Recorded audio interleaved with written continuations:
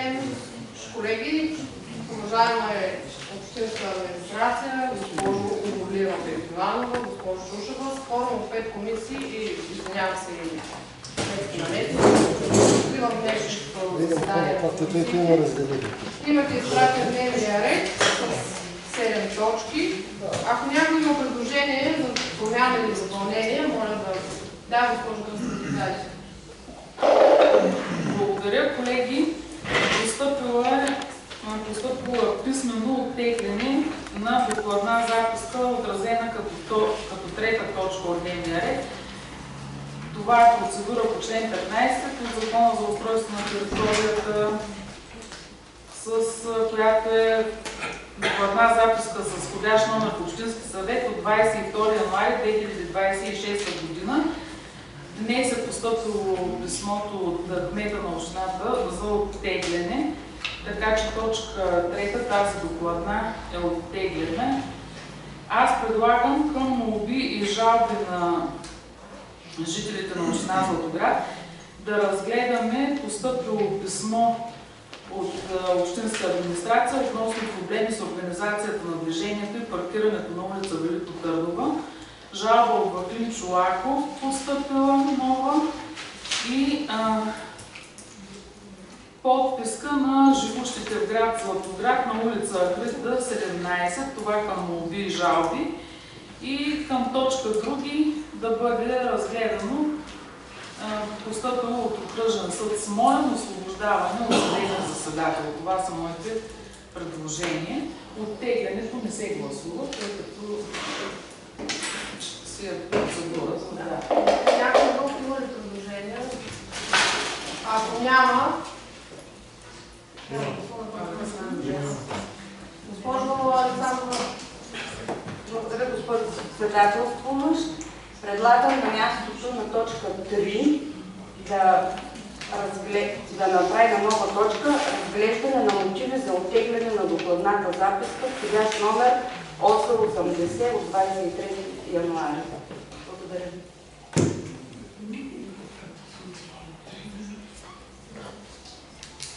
Така, други предложения?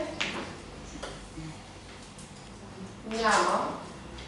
Тогава по реда на постъпване на предложенията, първо да гласуваме на госпожа Кръстева предложенията в точка молби. Така беше, разбираме. За четените предложения, който е за, моля да гласува с на ръка. 10 за, против 0, въздържали се 0. И сега това е и на госпожа Александрова да гласуваме предложението. Точка 3 да разгледаме мотиви за оттегляне на докладна записка, който е за, моля да гласува с дигане на ръка. 10 за, 9 за, 0 против и 0 въздържали се. И един е участник.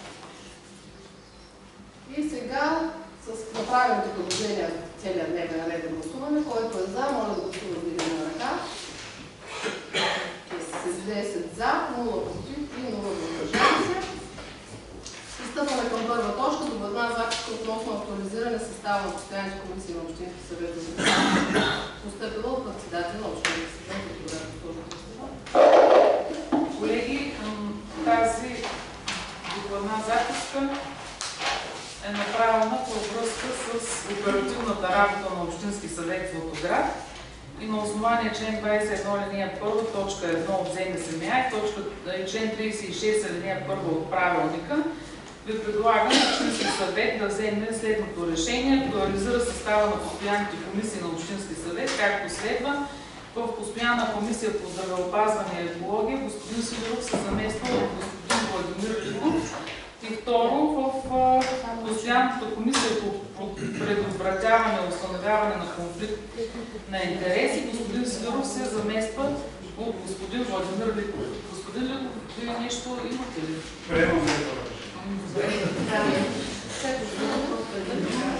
Проекта на решение, ако някой има нещо да каже. Имате ли въпроси към предложението за замяна?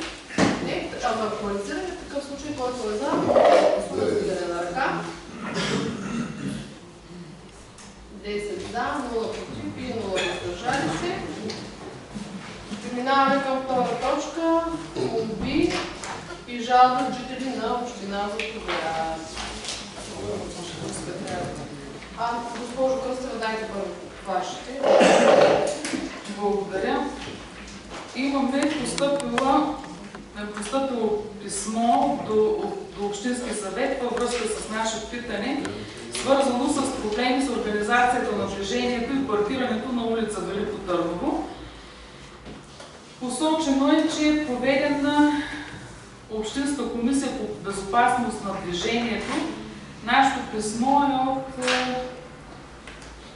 месец септември 2025 година. Сега сме месец май 2026. За въпроса ми е, госпожо Чаушева, кога е проведена тази комисия за безопасност на движението? Близо една година забавяте отговора. А до жителите на същата улица сте изпратили писмо, че касае средства за пътни знаци и за легнали полицаи. До Общински съвет е постъпила само една докладна за пътни знаци и посочената сума от кмета на общината е гласувана. Там ставаше въпроси за въпросното огледало, което казахте, че е закупено и все още предполагам, че не е сложено. Какво се случва с пътните знаци, защото е казано според финансовото състояние на община Златоград? Кога е проведено последно комисията за безопасност и кое наложи от 26.9.2025 отговора да постъпи на 15 май 2026? Да, госпожо. Последната комисия по безопасност на движението по пътищата е проведена на 18 ноември 2025 година. Вярно, късно са дадени отговорите, но не е цяла година. Публикуван е протокола на комисията скоро на страницата на Преди една седмица. Скоро, не мога точно да кажа кога, но тогава са изготвени отговорите, разписани от кмета и изпратени към хората. По принцип на заседанието присъстват и заинтересовани страни.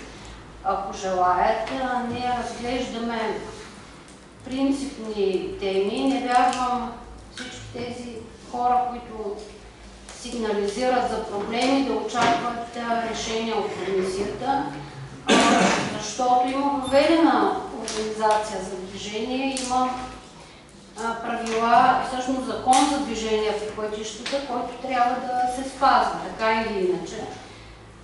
Комисията е консултативен орган към кмета на общината, в нея участват различни представители на институции. Когато нещо генерално трябва да се случи или да се изрази становище, ние го правим, но в крайна сметка действат закон за движение по пътища, имаме федерален план за организация на движение. Късно са изработени отговорите, просто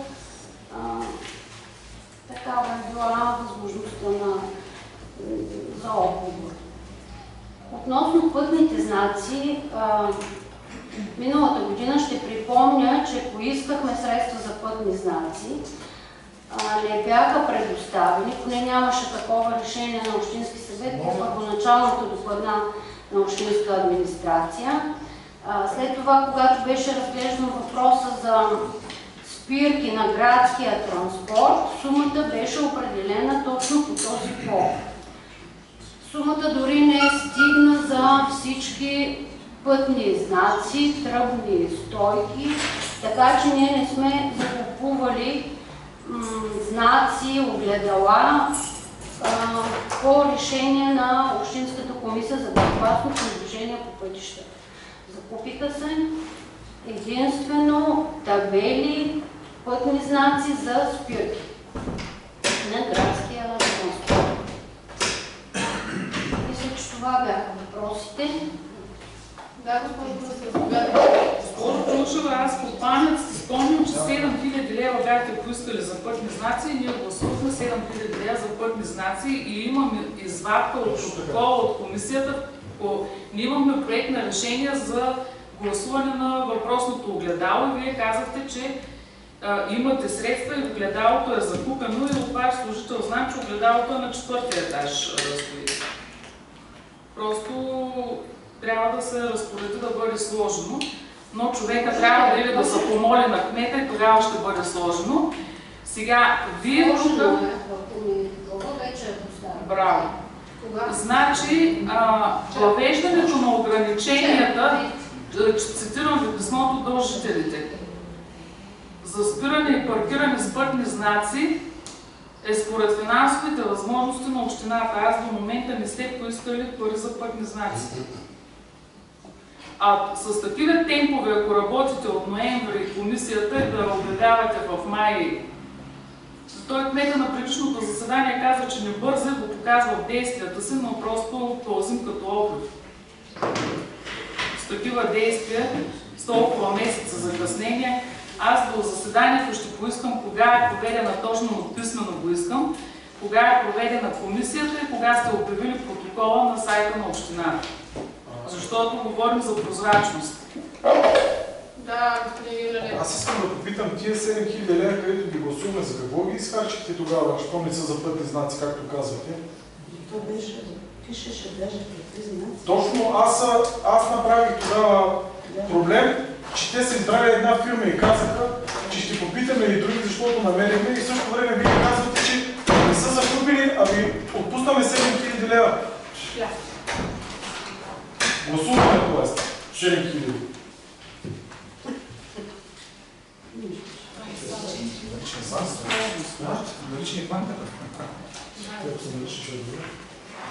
Ето само ако позволите, решение ни 409, прието на 9.9.2025 година, дава съгласие за извършване на разходи в размер до 7024,12 за закупуване на пътни знаци, табели и ограничители за осигуряване на безопасно движение по улицата и пътищата на територията на община Златоград. Заповядайте, госпожо Чушева. Да, госпожо Чушева. Явно трябва да си припомним още подробности, защото ние за тази сума дадахме различни оферти. Не се приемаше решение. Когато разглеждахме докладната за спирки на градския транспорт. Това беше отделно. Това беше отделно. Не точно не е точно това. Така. Общински съвет прие това решение във връзка с пътните знаци за спирки. И те не бяха достатъчни дори за... Дайте ли решение, че това е отишло за градски транспорт? Къде имаме такова решение? Няма. Може би в разисквания, в протоколи, всички трябва да си припомним. Но вие всеки път казвате, но ние припомним, аз не знам, аз не такова. Документирайте го един път, бе. Документирайте го. Ако може до заседанието да ни представите решение, в което ние сме се променили това решение и сме казали, че това е за спирка. Аз не съм чула до сега взето решение да се го тълкуваме по друг начин. На масата може да се коментира каквото всеки се пожелае, но актът е решение на Общински съвет. И аз ви го показвам. Всеки може да се говори кой каквото си иска.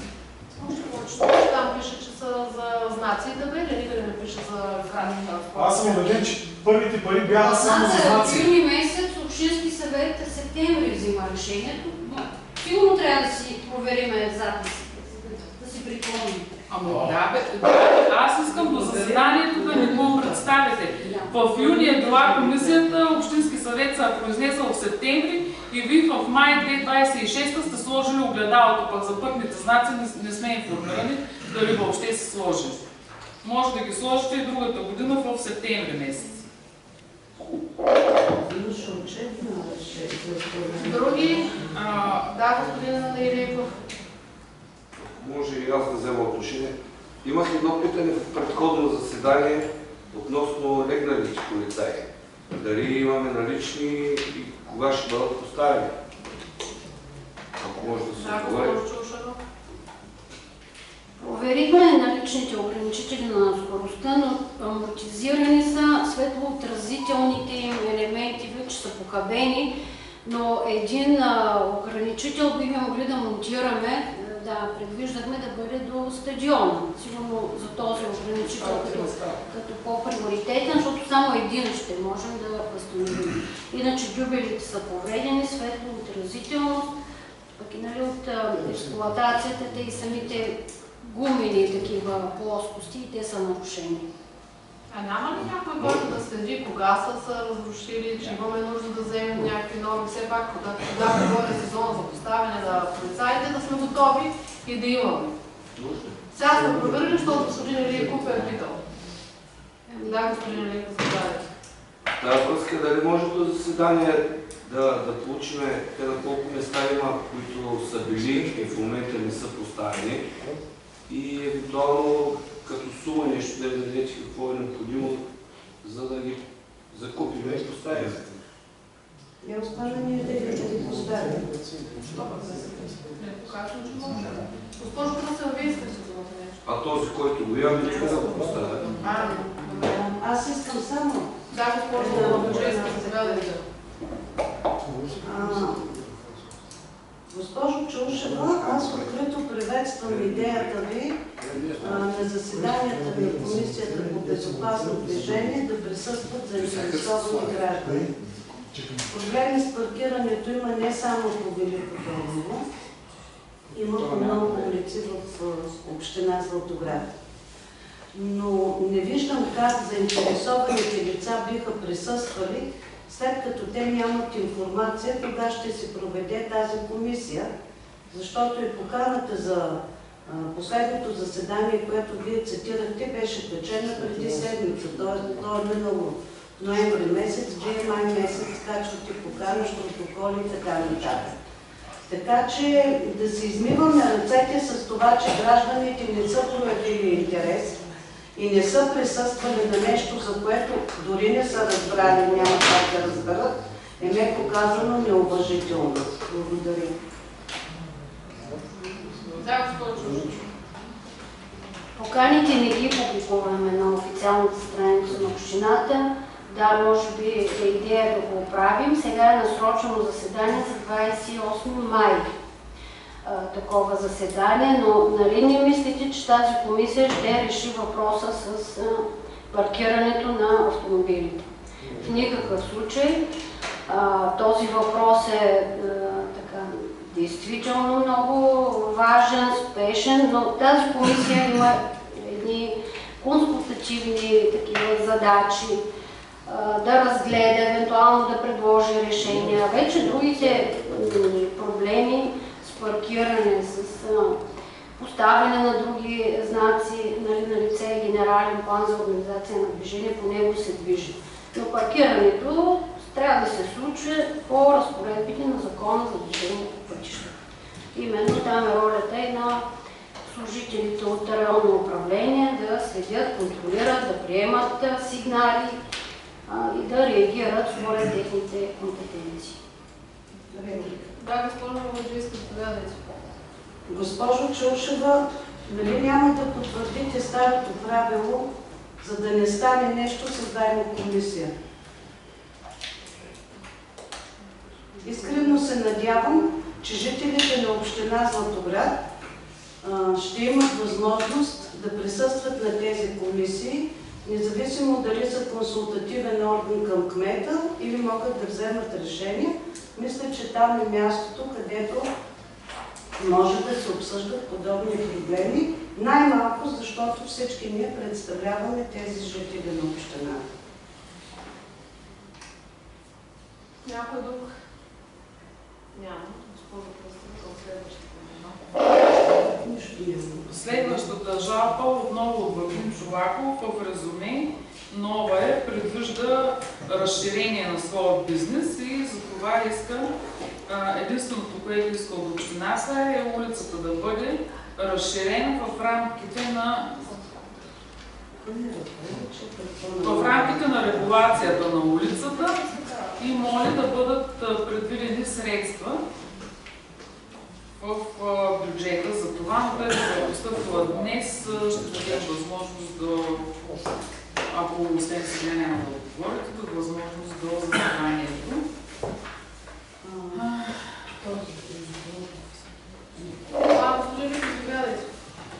Благодаря.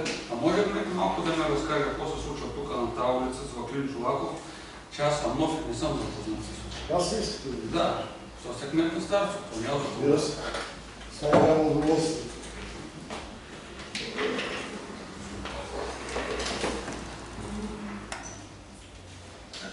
Добър ден, уважаема председателство, добър ден, уважаеми членове на комисии. Значи аз заварих това проблем, след като стъпих по длъжност, може би от преди 3-4 години, може би 21-та тръгнал този проблем. Ваклин Чолаков си построява къща за гости, той всъщност направи, стара къща си я направи къща за гости. И сега в случая там има едно общинско място, което е ползваемо от Коцарова, Виолета Коцарова. Ползва се от дълги години и последствия се разбира, че е общинско място, поне аз така съм запознат. В случая той иска да се разшири самото место, където на Виолета Коцарова, да се премахне оградата и да се направи парково място там, за да могат да се паркират автомобили. Предполага не само неговите автомобили, и други, разбира се, защото му идвали хора в къща за гости, нямало къде да паркират автомобилите си. В общи линии и това е. Но вече специалистът може да каже докъде са стигнали нещата и как стоят. Тоест разширение на улицата, не в парко места. Той всъщност искаше пред къщата, защото се намира Виолета Коцарова местото пред къщата. Там искаше в началото. Това място като общинско, защото се го взема като частно. Това да попитаме общината.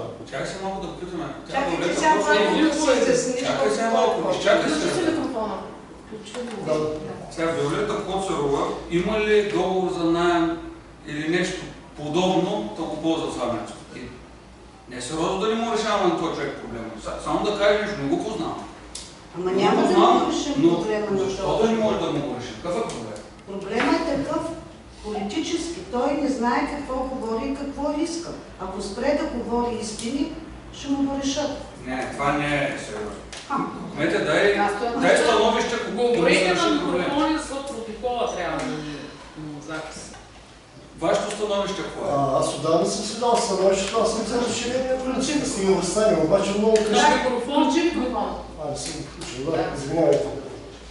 Аз съм си дал становището. Аз съм за разширение на улица, нямам нищо против. Когато улица в Старство да се разшири, за мен е окей. Добре, от 21 година до сега, защо не се разширил тази? Аз мога да кажа... Кой изпълва разширението на улица? Може би е хубаво да кажа някой специалист тук как стои. Кой е? Да.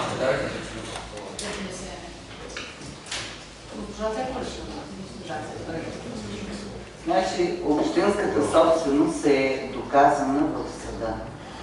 По принцип, улица Васил Левски е реализирана, нали, като във времето, тя е асфалтирана в габарита, в който е в момента. И по повод точно асфалтирането на улицата е изпратено писмо до Коцарови да освободят част от улична регулация. Тръгват тези дела и в момента всъщност в делото се установи, че това е бивш техен имот. Да, това е така, но за частта от имота им, който попада в улична регулация, те са получили компенсаторни записи от землена комисия и за това е общинска. Но тези хора, те са си го владяли както е по оградите в момента. Ние сме минали, като сме реализирали улица Васил Левски, до оградите, така както хората ползват имота. Улица Васил Левски е предвидена в много голям габарит. И реално ние, общината, всъщност след това дело, Коцарови бяха пуснали искане в община Златоград, като те искаха изцяло това, което е в улична регулация, това до оградата, което го ползват, да го купят от общината и с това нещо всъщност такава процедура по член 15. Експертен съвет по устройство на територията на Коцарови им каза, че това няма как да се случи и че ние в тази част, нали, 8,50 и колко е предвидена Васил Левски да бъде поне в габаритите на 6 метри. Оттам насетни обявления, заснемане от страна на общината и към днешна дата уличната регулация, такава каквато е с плана одобрен в 1988 година, няма изменение. Това, което господин Чолаков иска и всъщност това, което без да променяме регулация, да облагородим някоя част, за да разширим, за да може да се паркира, няма как да се случи. Или трябва да бъде с подробен устройствен план. Всъщност това пропуснах да кажа, че едната къща, всъщност тези 280 и колко квадрата, засягат 3 парцела, бившата собственост на Коцаров, в които единият Коцаров, който е построил, почти 1/3 от къщата е построена в уличната регулация. И съдът е отсъдил, че земята е на общината. Всъщност точно там идва и проблема. Ние не можем и никой тази къща, Алекси Коцаров се казва всъщност парцелата. И реално единствено можем само пред Виолета Коцарова нещо да направим и може би оттам идват и проблемите вече. Защото никой не иска, както и господин Чолаков, както и общината, както кмета на общината, кмета на населението, тази къща всъщност да се събави. И оттам идват и всички тези моменти.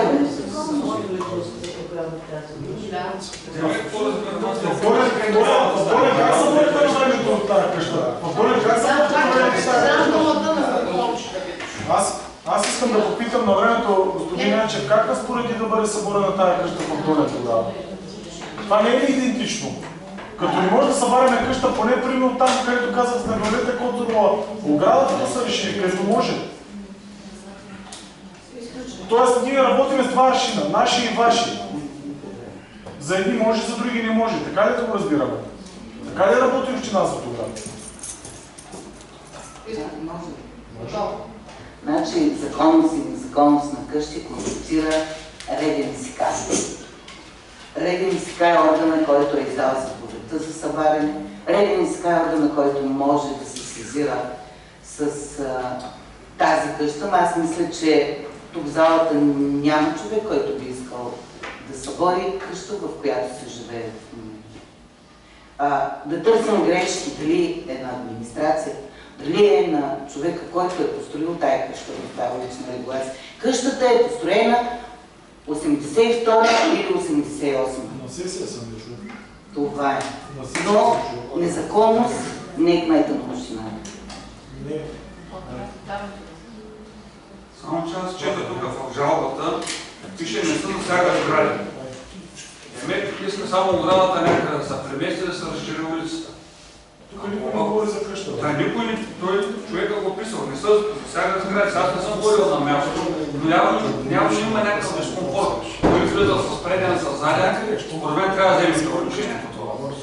И да му помогнем на човека да си иска в семейно бизнес да направи и не всяко да помогнем. Не е съвсем така. Разкрито. Ама то така е. Тия 280 квадрата, които са... Сега, тия 280 квадрата, които са общинска собственост, аз също не съм била на място. Не може ли този човек, който явно или е построил незаконно, или някой незаконно му е дал линия, няма значение, на него да му се отдели част от това, да се запази големия габарит на улицата, защото вие говорите в крайна сметка за улица, но всички знаем какви сокаци са в Старци. И да възстановиме все пак една прилична улица, независимо от това каква е. Какъв е габарита на улицата в момента? 6,5? Не. На някои места е 4, на други 4,50 максимум. Господин Ликов е прав. Господин Ликов е прав, като казва, че трябва да се намери някакво компромисно решение. И ето, има 280 квадрата общинско място. Някой си ползва, друг ползва, пас от страна на общината. Когато някой друг иска да придобие общинско място, общината казва избирателна. И няма какво да се лъжим. Аз и на предишната сесия го казах. Лихов е дошъл скоро. Ваклин Чолаков е персона на града в тази община и нищо няма да стане за него. Какво искаш да може? Просто никой не иска да се свърши работата. Дайте тия 280 общински да продадем, ако трябва, на този човек, който се е реализирал сградата, да разширим улицата и каквото остане да отиде при Коцарова и някак си мирно, тихо и спокойно да се реши въпроса. Ние поддържаме там напрежението и си мисля, че го правим съвсем умишлено, за да покажем на старцевци, че или сте с кмета, или нищо не получавате. Както и в община Златоград. Да, господин.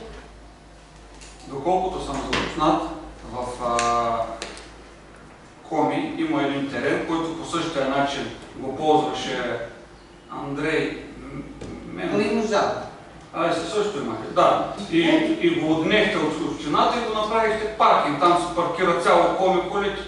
За тях може, а за този човек не може. Така ли да ги разбираме? Не сте прави. Кмета, доколкото разбрах кмета, излезнал със становище, че това трябва така да стане, както казва господин Чолаков. Така ли е? Аз не казвам както господин Чолаков, както кажа специалистите, така съм съгласен. Добре, кой специалист отговаря за да каже това? Които са по ТСО и така нататък. Примерно госпожа Запрянова и така, господин Грижински да вземат решение някакво. Аз нямам нищо против. Няма нищо против. Един специалист да се нагърби със становище това да излезе в най-скоро време с решение по сесия и да се случат нещата. Кой е специалист? Всичко това става с подробни устройствени планове. И като ви казвам, ние на 2 или 3 пъти различни попове сме обявявали. Ако Коцаров са съгласни, Чолаков не е съгласен. Ако Чолаков е съгласен, на 2 пъти сме вървяли с попове. Просто там компромиса не може да стане. Това, което предлагате, ние за да го направим, ни трябва изменение на който не може да влезе. Добре, но вие казвате, че има окончателно решение, че вече е общинско. Отдавна, да. И какво правим? Ние го оставяме в тяхна полза, те да се разполагат с общински имот. Така ли? Точно така. Договор за ползване имат ли? Нямат. Какъв е проблем общината да си го вземе това място? Щом има решение на административен съд, доколкото разбрах. Последна инстанция, така ли? На ВКС. Да, още повече. Това значи, че е общинско. И някой ползва общински терен безплатно. Така ли да разбирате? И нямате нищо против. И какво е последващото решение, за да си го вземем общината? Защо се направи, защото има конфликт все още? Какво сте направили, да няма конфликт? Ако може да Ма за какво трябва да има пункт при положение, че има решение на ВКС?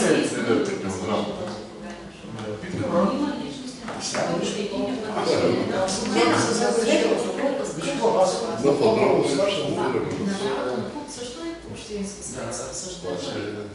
Разбира се, че. Няма да правите пункт, карайте една на дома. Две личности, трудно човек може да влезе в... Съгласен съм. Просто решение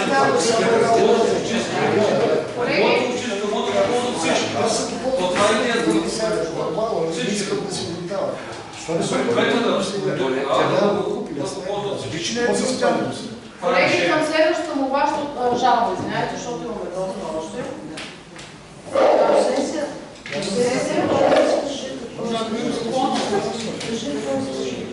До сесия кмета да разпореди общинския имот да си дойде владение на общината, да могат да ползват всички от селото, 100 на общински имот.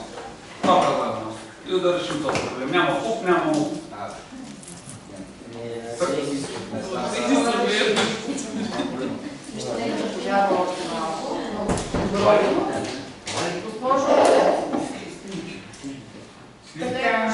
Следваща жалба. Добре.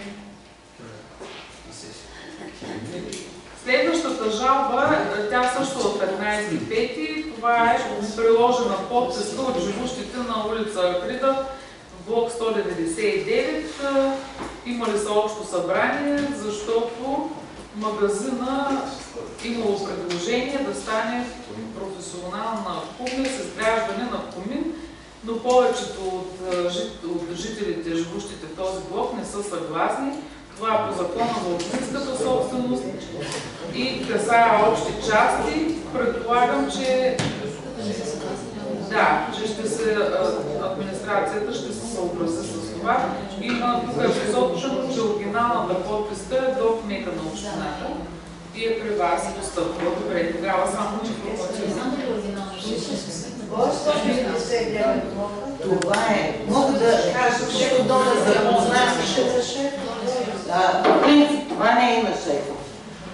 На Шейхов до Шейхов е Долинския магазин, така му казваме. На Дичо Сапунджия. И този магазин има вече нов собственик.